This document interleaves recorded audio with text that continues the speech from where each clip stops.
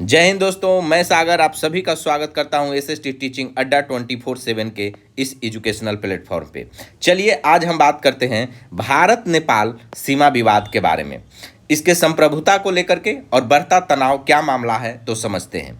देखिए, इस वीडियो में हम बात करेंगे भारत और नेपाल के बीच हाल ही में जो गरमाए सीमा विवाद है और नेपाल के नए प्रधानमंत्री बालेंद्र शाह या उन्हीं को बालन शाह के भी नाम से जाना जाता है, उनकी कूटनीतिक बयानों और फैसलों का हम विश्लेषण करेंगे इस वीडियो में।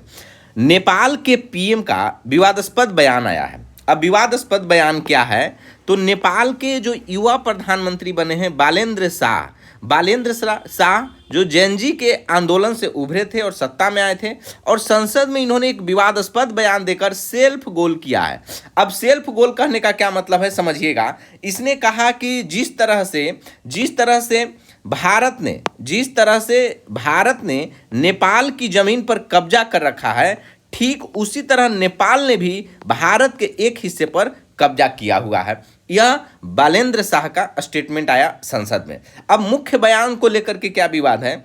इन्होंने भारत और नेपाल के बीच भूमि कब्जे की समानता का दावा किया है कि जिस तरीका से भारत नेपाल के सीमा को, बाउंड्री को, भूमि को कब्जा किए हुए है, उसी तरीका से नेपाल ने भी किया है। अब इस बयान से दोनों देशों की राजनीति और अंतर्राष्ट्रीय स्तर पर भारी हलचल पैदा हो गई है। इससे क्या मतलब हुआ? देखिए, अब कब्जे का जो असल सच क्या है? तो नेपाल के जो नए प्रधानमंत्री हैं बालेंद्र शाह, उनके पार्टी का नाम है आरएसपी यानी राष्ट्रीय स्वतंत्रता पार्टी। अब पीएम की पार्टी आरएसपी ने स्पष्ट किया कि यह सेना द्वारा किया गया कब्जा नहीं है, सेना ने कब्जा नहीं किया है। तो मुख्य कारण क्या है विवाद का? भारत नेपाल की खुली या पोरस सीमा उसको बोलते हैं जहां कोई लोग नहीं रहते। नो मैंस लैंड को पोरस सीमा कहा जाता है। वहां बाउंड्री नहीं किया गया है, एक खुला क्षेत्र है जहां से लोग आते जाते रहते हैं। और इसके पीछे भी कारण रहा खुली की बाउंड्री हम नहीं करेंगे, क्योंकि हम जानते हैं कि नेपाल के साथ भारत का जो रिश्ता है वह बेटी रोटी का रहता है, तो इसलिए वहां कोई बाउंड्री करने का जरूरत उस समय तक महसूस नहीं हुआ। अब हुआ क्या है कि सीमा पिलर्स के पास की 10 गज नो मैंस लैंड की जमीन पर दोनों तरफ के स्थानीय लोग द्वारा किया गया अतिक्रमण या इंक्रोचमेंट और खेती ही इस बयान का असली संदर्भ था। मतलब यहाँ 10 गज जहाँ से पिलर किया गया है, यहाँ से 10 गज तक नो मैंस लैंड माना जाता है, और इसी एरिया के बारे में नेपाल बात कर रहा था। अब विवाद का और क्या वजह है? ब्रिटिश मध्यस्थता की मांग और भारत की नाराजगी। नेपाल का मांग क्या है और भारत का इस पर रुख क्या है? तो नेपाल का मांग है कि पीएम जो बालेंद्र शाह है, इन्होंने संसद में कहा कि जो काला पानी सीमा विवाद है, यह बहुत ही इंपॉर्टेंट है, याद रखिएगा, जो काला पानी सीमा विवाद है सुलझाने के लिए ब्रिटिश सरकार की मदद ली जाएगी। और भारत का कहना है, यही बात सबसे भारत का नाराजगी का कारण है। भारत का कहना है कि यह बायलैटरल मामला है, द्विपक्षीय मामला है, हम मिल करके बात करेंगे, हम किसी तीसरे का मध्यस्थता यहाँ पे स्वीकार कतई नहीं करेंगे। तो भारत का रुख इस पे क्या है?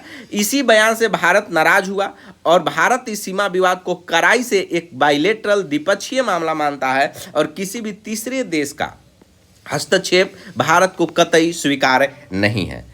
आगे अगर हम लोग बात करें कि विवाद का अगर इतिहास की तरफ चले, तो याद रखिए, हिस्ट्री में आप लोगों ने पढ़ा होगा या जानते भी होंगे, सुगौली की संधि, बार बार एग्जाम में सवाल पूछा जाता है। सुगौली की संधि 1816 में, यह याद रखिएगा डेटा कि सुगौली का संधि कब हुआ है? तो 1816 में। हुआ क्या था? तो यह संधि 1814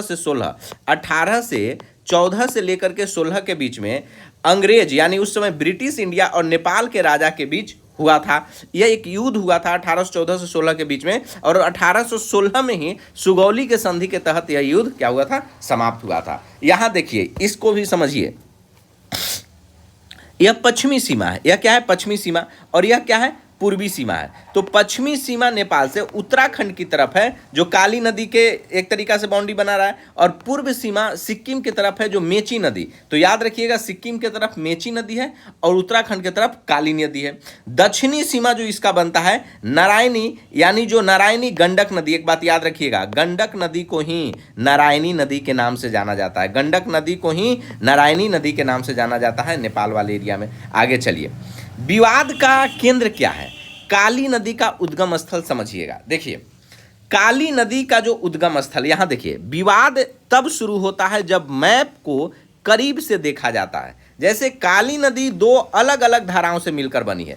काली नदी जो है दो अलग अलग धाराओं से मिलकर के बनी है। कौन? काली नदी। यहीं से भारत और नेपाल के बीच सीमांकन को लेकर ऐतिहासिक मतभेद उत्पन्न होता है कि असली उद्गम किसे माना जाए। काली नदी का जो उद्गम है, एक तरफ तो लिम्पियाधुरा है, लिम्पियाधुरा नाम याद रखिएगा, और एक दूसरा काला पानी की तरफ से। तो यही दोनों धारा मिलकर के काली नदी का निर्माण करते हैं। लिम्पियाधुरा आपको नाम याद रखना, इस बात को ध्यान रखिएगा। एग्जाम में जब सवाल पूछेगा कि कौन दो धारा मिलकर के काली नदी का निर्माण करती है, तो लिम्पियाधुरा और काला पानी मिलकर के काला नदी का। चलिए आगे चलते हैं। यह देखिए, काली नदी पर नेपाल वर्सेस भारत का दावा है। और क्या है? नेपाल का दावा क्या बोलता है काली नदी को लेकर के? काली नदी को लेकर के नेपाल का दावा क्या है और काली नदी को लेकर के भारत का रुख क्या है? तो सुनिएगा।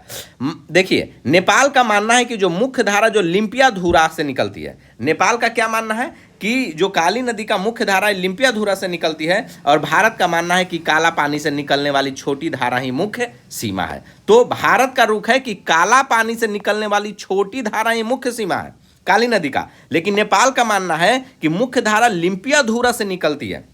वहीं अगर नेपाल का दावा माने तो सुगौली संधि के अनुसार, नेपाल के अनुसार, सुगौली संधि के अनुसार लिम्पियाधुरा, काला पानी और लिपू लेक का लगभग 300 वर्ग किलोमीटर का पूरा क्षेत्र नेपाल का हिस्सा है। जब ब्रिटिश इंडिया का बात करें, सुगौली संधि याद रखिएगा कब हुआ है बाबू? 1816 में हुआ है। और नेपाल का क्या मानना है कि सुगौली संधि के अनुसार लिम्पियाधुरा, काला पानी और लिपू लेक, यह तीनों के तीनों लगभग 300 वर्ग किलोमीटर का पूरा क्षेत्र किसका है? नेपाल का है।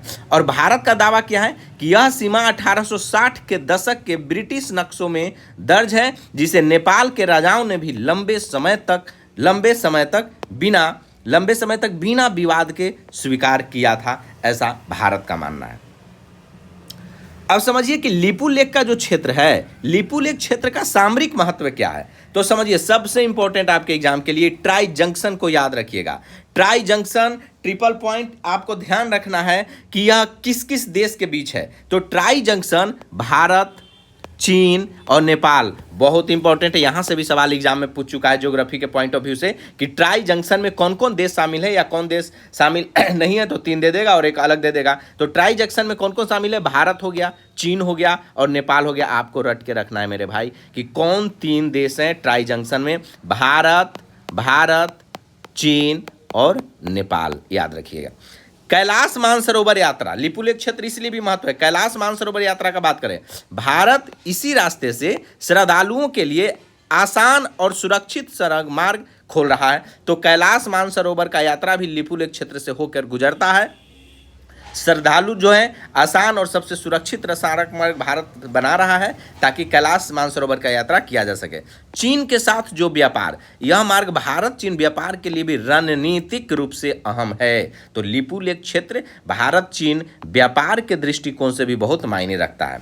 अब नेपाल की आपत्ति क्या है? नेपाल का तर्क है कि यह क्षेत्र उसका है और भारत व चीन ने इस रास्ते का उपयोग करने से पहले उससे अनुमति नहीं ली। यही नेपाल का आपत्ति है। देखिए विवाद का नया दौर क्या है? 2019-20 के घटनाक्रम पे बात करते हैं। हुआ क्या है कि 1990 के दशक तक राजशाही के समय भारत नेपाल संबंध मधुर थे, सीमा पर कोई कड़ा विवाद नहीं था। कब? 1990 के दशक का बात हो रहा है। अब लोकतंत्र की स्थापना जब हुआ, राजशाही खत्म होने पर नेपाल में चीनी प्रभाव और कम्युनिस्ट पार्टियों का वर्चस्व बढ़ा, जिससे भारत विरोधी माहौल बन गया। यहाँ याद रखिए 2019 में आखिर क्या हुआ है? भारत का नया नक्शा, धारा 370 हटने के बाद भारत ने नया राजनीतिक नक्शा जारी किया, जिसमें काला पानी और लिपू लेक भारत में दिखाए गए। तो 2019 में जब धारा 370 हटा था कश्मीर से और नया नक्शा रिलीज किया गया, तो राजनीतिक नक्शा जब जारी किया गया तो काला पानी और लिपू लेक भारत में दिखाए गए। वहीं 2020 में क्या हुआ? नेपाल ने पलटवार किया कि राजनीति चमकाने के लिए नेपाल सरकार ने अपना नया विवादित नक्शा जारी किया और इसे करेंसी नोट पर भी छापने का फैसला किया था। आगे अगर बात करें तो जो नया पीएम बना है, नया पीएम जो बालेंद्र शाह हैं, उनके 4 बचकाने कूटनीतिक फैसले आए। जैसे इन्होंने कहा कि हम विदेशी यात्रा पे रोक लगा देंगे, हम विदेशी यात्रा करेंगे ही नहीं। भारत जाने की पुरानी परंपरा तोड़ी, शर्त रखी कि 1 साल तक किसी भी देश की यात्रा नहीं करेंगे। बालेंद्र शाह का स्टेटमेंट है। राजदूतों का अपमान, बालेंद्र शाह ने राजदूतों का भी अपमान किया। भारतीय राजदूत से अकेले मिलने से इनकार, भारत को सामान्य दिखाने के लिए सभी राजदूतों को एक साथ टेबल पर बुलाया। सॉरी सॉरी नए अब यहां देखिए, अधिकारियों की भी उपेक्षा किया गया। भारत के विदेश सचिव विक्रम मिस्त्री है। यह करंट अफेयर के पॉइंट ऑफ व्यू से ध्यान रखिएगा कि अभी भारत के विदेश सचिव कौन है बाबू? विक्रम मिस्त्री है, विक्रम मिस्त्री। और अमेरिकी राजदूत सरगेई गोर से मिलने से इनकार, केवल विदेश मंत्री स्तर से बात करने की जीत। इन्होंने कहा, जो बालेंद्र शाह नेपाल के प्रधानमंत्री हैं, कि हम उन्हीं से मिलेंगे जो केवल विदेश मंत्री स्तर से नेता लीडर होंगे, उन्हीं से बात करेंगे, राजदूत वगैरह से हम बात नहीं करेंगे। तो अधिकारियों की उपेक्षा भी हुई। नए बॉर्डर टैक्स, इन्होंने एक और टैक्स हुआ कि भारत से नेपाल आने वाले 100 रुपये से अधिक मूल्य के सामानों पर नया बॉर्डर टैक्स वसूलने की इन्होंने घोषणा की। अब देखिए, अब इसका यथार्थ परिणाम और भारत की रणनीति क्या रहा तो सुनिएगा। नेपाल के लिए आत्मघाती रवैया क्या है, सुनिएगा। विशेषज्ञों का मानना है कि पीएम जो बालेंद्र शाह हैं का रवैया नुकसानदेह है, क्योंकि नेपाल अपनी तेल आपूर्ति और आवश्यक वस्तुओं के लिए पूरी तरह भारत पर निर्भर है। भारत की समझदारी इसमें क्या है? Bharat big brother theory, big brother approach पे काम करता है। भारत इन छोटी छोटी बातों पर तुरंत सख्त कदम नहीं उठाएगा और परिपक्वता दिखाता है। वर्तमान कूटनीतिक प्रयास यही है कि संबंधों को सुधारने के लिए पीएम शाह की ही पार्टी आरएसपी यानी राष्ट्रीय स्वतंत्रता पार्टी के प्रमुख रवि लामिछाने भारत दौरे पर हैं और भारतीय अधिकारियों और भाजपा नेता नितिन नवीन द्वारा उनका भव्य स्वागत किया जा रहा है ताकि संतुलन बना रहे। देखने के लिए इस लेक्चर को बहुत बहुत धन्यवाद। अड्डा 24/7 को ज्वाइन कीजिए। बहुत ही डेप्थ में एनालिसिस और करंट अफेयर्स क्लासेस के लिए हमसे जुड़िए और तब तक के लिए इसको सब्सक्राइब कर दीजिए, शेयर कीजिए, पसंद आ रहा है तो लाइक कर दीजिए, कमेंट कर दीजिए। देखने के लिए